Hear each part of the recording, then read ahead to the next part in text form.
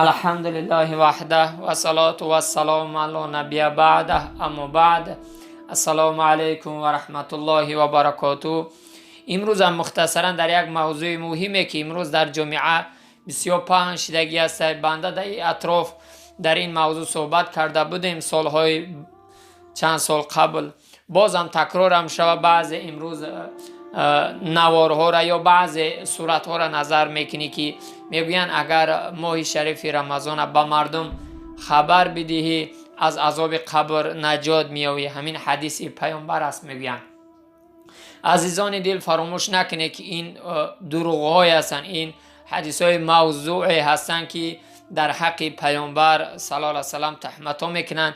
اینها را دشمنای اسلام تیار میکنن تا که مسلمان ها را گمراه کنن. به همین خاطر عزیزان دل امروز عصر 21 شده است. باید مسلمان با عقل باشه، باید مسلمان با فراست مؤمنی باشه. ارزنده نیست که هر گپی دروغی را باور کنه. مثل این دروغی که در حق پیامبر میکنن دیگر دروغ های هستن. امروز صورت ها تیار میکنن. ایرا دشمنای اسلام، مخصوصا دشمنای اسلام تیار میکنن تا که مسلمان ها را میسنجن. وقتی که عزیزان دل شما این دروغ ها را باور میکنه، دیگه وقتی که حدیث های صحیح از پیامبر به شما میرسد شما اونها را به کله نمیگیری، شما اونها را قبول نمیکنی. این یک خطرش. و دیم خطرش این است که وقتی که شما این دروغ را باور میکنی بعدا میفهمی که دروغ است و بعدا وقتی که به شما حدیث صحیح هم رسید نعوذ بالله اون حدیث صحیح هم انکار میکنه، از دین خارج میشه.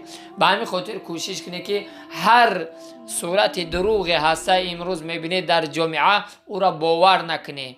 هر حدیثی را که میبینی پیامبر این گونه گفته است که نگاه کنی روایت دارد یا ندارد، از کدام کتاب ها گپ میزند. به خاطر که امروز در شبکه ها دشمنان اسلام شب و روز کار کردند. فقط ما مسلمانیم غفلت زده.